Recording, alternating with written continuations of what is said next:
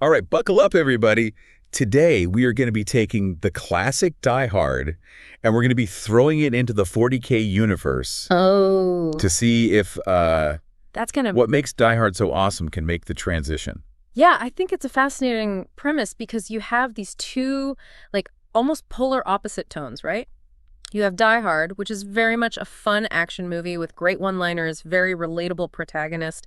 And then you have 40K, which is just grimdark, humanity teetering on the brink, fighting against horrors beyond human comprehension. Okay, so first off, we got to ditch the Right. sleek, modern Nakatomi Plaza and think about the setting. Right. What would be the 40K equivalent? So 40K, of course, everything's bigger, grittier, more gothic. Of course.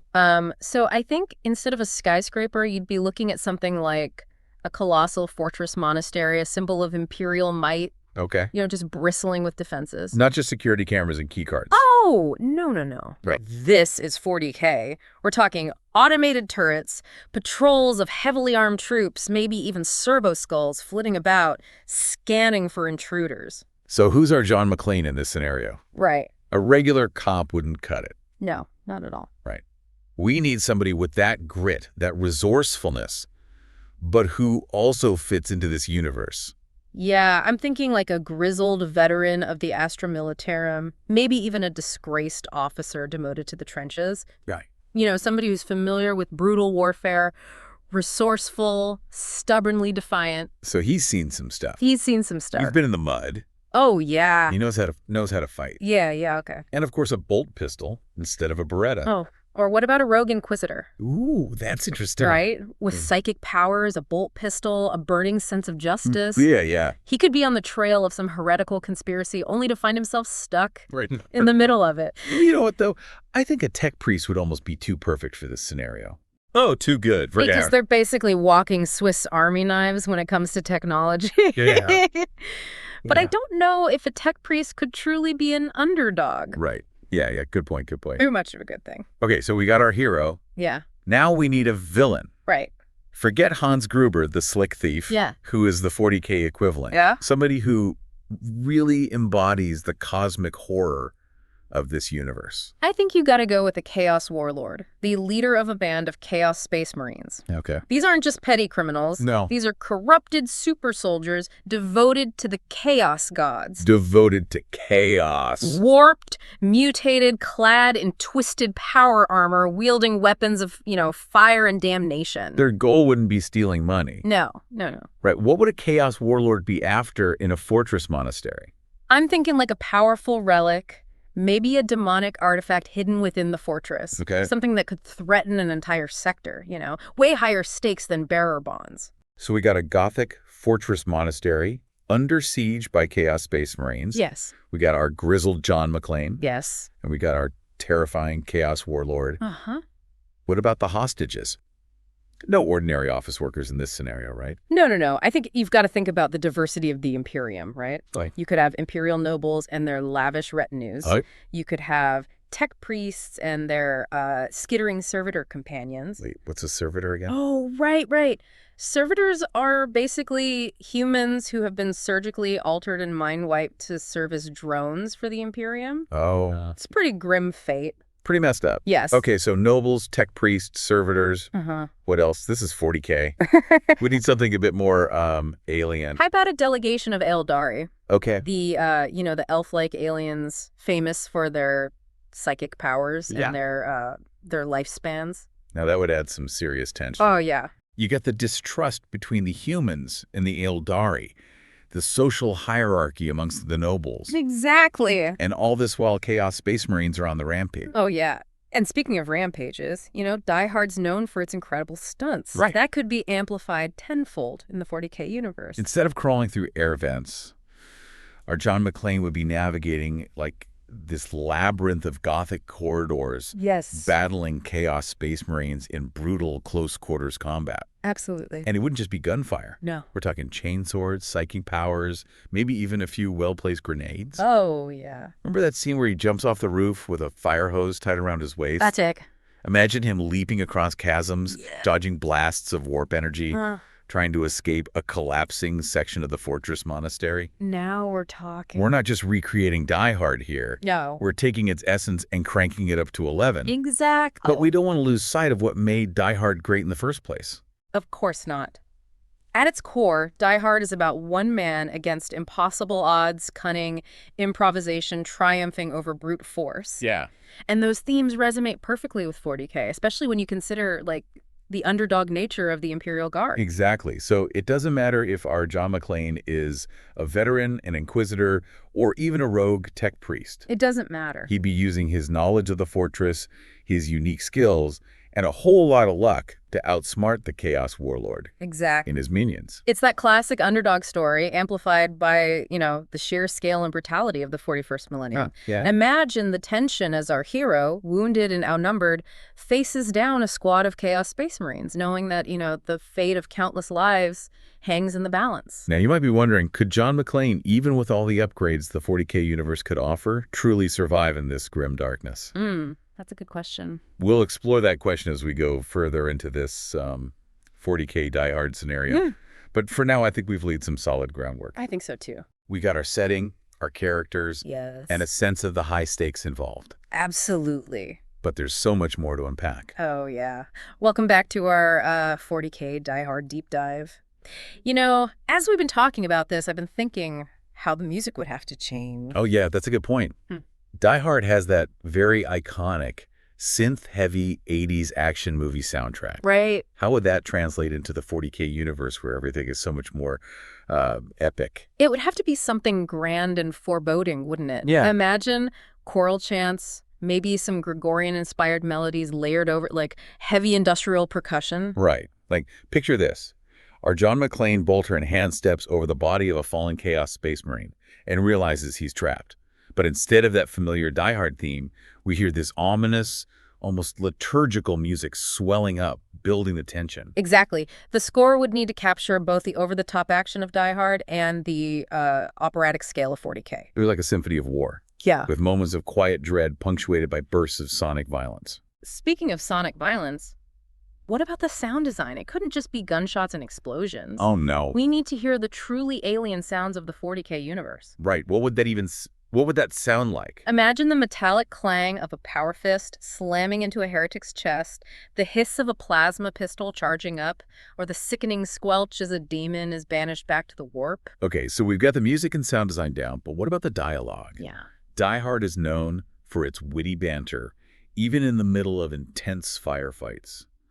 Would that kind of humor work in the grim darkness of 40K? It would require a very delicate balance. We wouldn't want to lose that trademark Die Hard wit, but it would have to be adjusted to fit the setting. Right. Humor would be darker, more gallows humor than snappy one-liners. So instead of yippee-ki-yay, Yeah. our 40K McClane might mutter something like, well, that's another one for the Emperor, as he blasts a Chaos Space Marine to bits. Exactly. It's still got that Die Hard feel, but with a morbid twist. And the conversations between the Chaos Warlord and his followers wouldn't be about money or escape plans. Right. They'd be about strategy, about the will of the Chaos Gods, about the glory of destroying the Imperium. Yeah, imagine the Chaos Warlord, his voice all distorted by demonic power, rallies his troops with a war cry like, "Today we feast on the souls of the Emperor's faithful." And our John McClane listening in on their Vox communications would be using their fanaticism against them, exploiting their weaknesses. That's very clever. It's a classic Die Hard tactic. Use your enemy's arrogance against them. So we've talked about the music, the sound design, the dialogue, but let's get back to the plot. How would this movie even start? You can't exactly have a Christmas party at a fortress monastery. No, you can't. Instead of a family reunion, maybe our John McClane is part of an Astra Militarum squad sent to investigate a distress call from the fortress monastery. Okay. Yeah. Now that fits perfectly with the 40K theme of constant vigilance against chaos. Imagine, he arrives with his squad, What? only to find the place overrun by Chaos Space Marines who are already deep into some dark ritual. And maybe, just maybe, there's more going on than meets the eye. Ooh. Perhaps there's a traitor within the fortress monastery, someone who helped the Chaos forces infiltrate the defenses. Okay, so now we have a mystery. Mm-hmm. So instead of being separated from his wife, he's the only one from his squad who survives the initial assault. And then, boom, he's trapped inside, the only one who can stop the Chaos Warlord and save what's left of the Fortress Monastery. It's that classic wrong guy, wrong place, wrong time setup, but with a 40K twist. Exactly. So it wouldn't just be about surviving, it'd also be about uncovering the truth. Exactly. Why was the Fortress Monastery attacked? Right. What is the Warlord's ultimate goal? It's Die Hard meets 40K conspiracy thriller, but instead of corporate espionage, we're talking demonic rituals, ancient prophecies, and the eternal battle between order and chaos. And, in 40K, even enemies can sometimes find common ground when a greater threat emerges. Ooh, that's a good point. You've got these factions that just hate each other, but they might be forced to work together to survive. Right. Imagine our grizzled veteran John McClane forced to team up with a stoic Eldari warrior. Ooh, interesting. Talk about a culture clash. Or maybe he finds an unlikely ally among the tech priests. Right. Those guys obsessed with their machines. Think back to your favorite moments in Die Hard. Yeah. The elevator shaft scene, the rooftop shootout. Yes. Now picture those scenes, but with 40K tech and creatures thrown into the mix. It wouldn't just be bullets and explosions. It would be chain swords against power armor, psychic blasts against demonic entities. Absolutely. And let's not forget about the broader impact of this event. The Imperium wouldn't just shrug off a chaos attack on a fortress monastery. No, this would be a big deal. Right. There would be consequences. This isn't just some random event. It's a major incursion. Imagine the propaganda machine kicking into overdrive. The tales of heroism and martyrdom, the calls for greater vigilance and faith in the Emperor. The Inquisition would be all over this. Oh, yeah. They'd be trying to figure out how the Chaos Forces got in, who might have helped them, and purging anyone they even suspect of heresy. And what about the other factions in the 40K universe? Yeah, good point. The Eldari would be watching with interest, trying to figure out how this event fits into their prophecies. The Orcs would probably just be drawn to the fight, sensing a good brawl in the making. It makes you realize that even a simple action movie premise like Die Hard, when you drop it into the 40K universe, it becomes something much bigger. Exactly.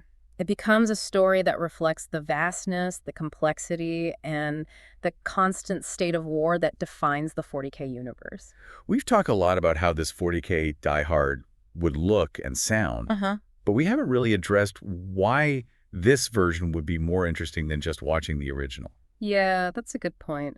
What we've done is taken a familiar, fun action movie and injected it with the DNA of something much grander and, let's face it, a lot more thought-provoking. So it's not just about explosions and one-liners anymore. Although, don't get me wrong, I love explosions and one-liners. Oh, they'd still be there, but this version would be about so much more. We'd be exploring themes of faith versus fanaticism. Okay. The Imperium's devotion to the Emperor versus the Chaos Warlord's worship of dark powers. Right.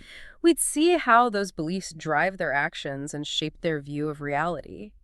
It'd be fascinating to see how those themes play out in the context of a Die Hard story, especially with a hero who might not be a devout follower of the Emperor. And think about the technology. The Imperium relies on this ancient, unreliable tech that they treat with religious reverence. Yeah. It's a stark contrast to the sleek, modern tech we see in the original Die Hard. That's true.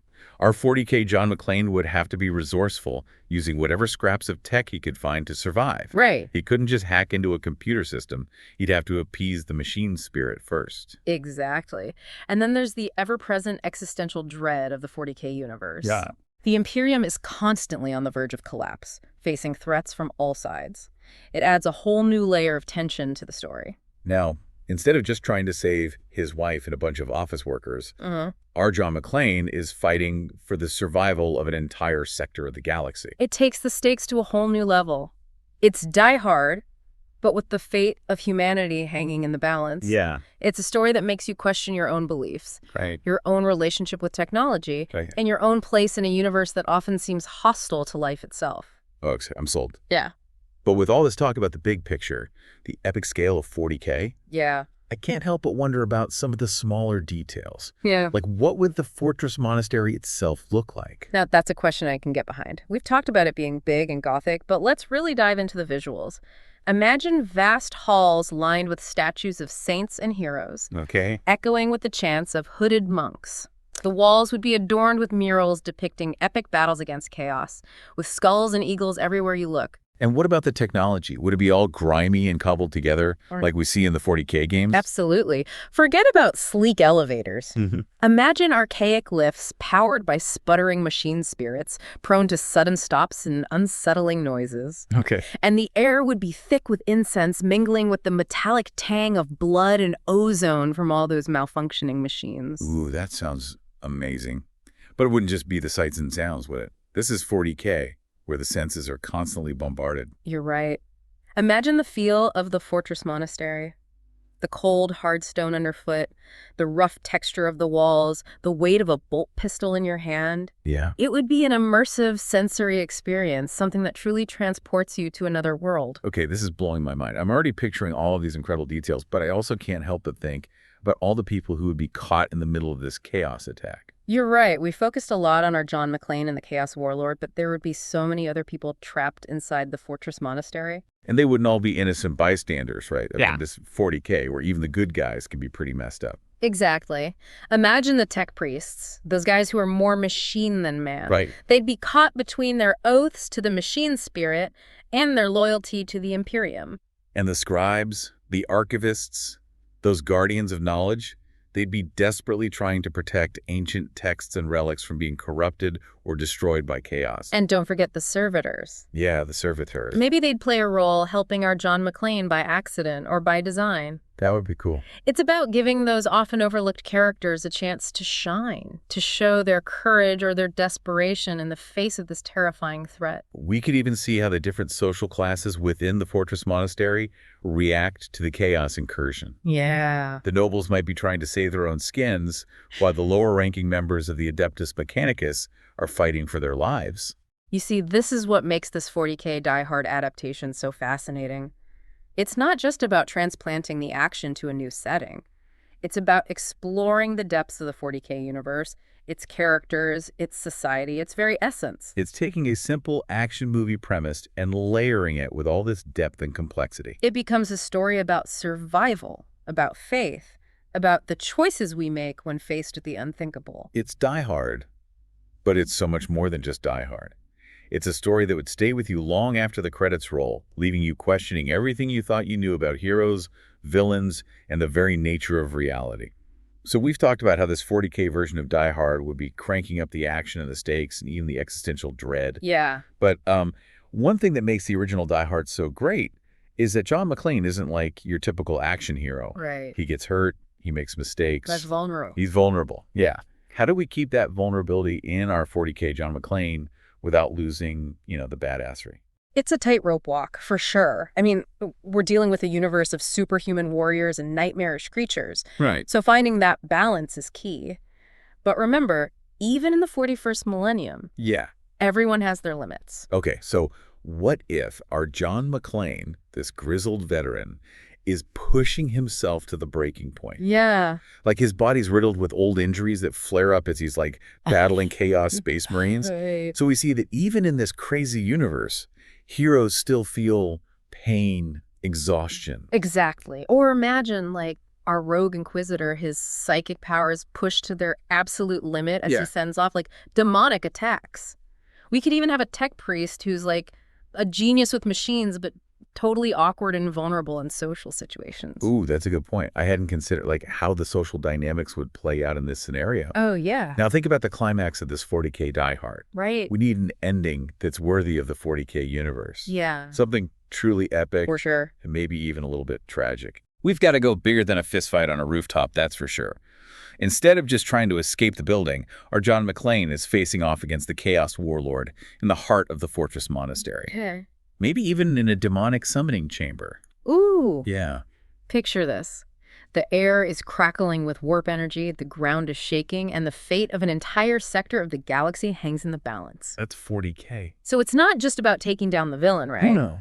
It's about stopping a ritual, about banishing the demonic forces back to the warp. Exactly. This is where we could see our John McClane make the ultimate sacrifice.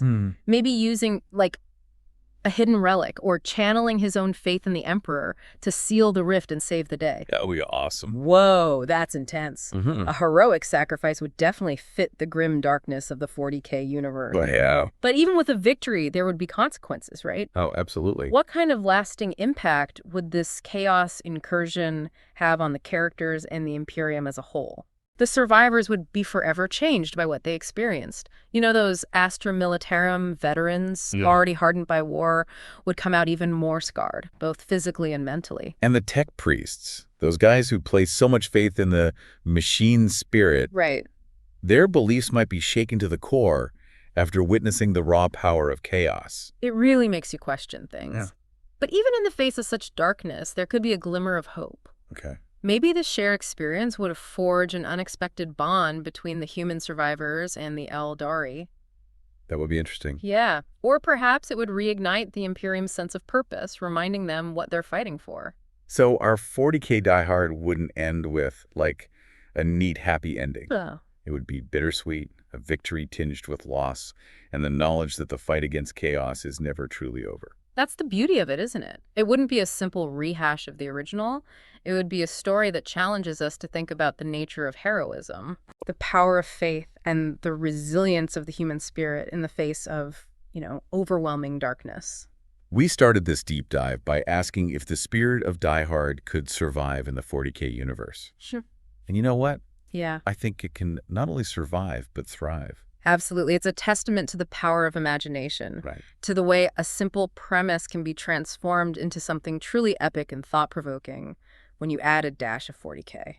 It reminds us that even in the grimmest of futures, there's still room for heroism, Yeah. for humor, Yeah. and for the enduring human spirit to shine through. So the next time you watch Die Hard or delve into the lore of Warhammer 40K, Yeah. remember this deep dive. Remember the grit, the humor, the sheer scale and intensity of the 41st millennium. And remember that even in the face of overwhelming odds, Yeah. there's always a chance for a lone hero to make a difference. Thanks for joining us on this wild ride through the grim darkness of 40K. It was fun. Till next time, keep those bolters loaded. May the Emperor light your way.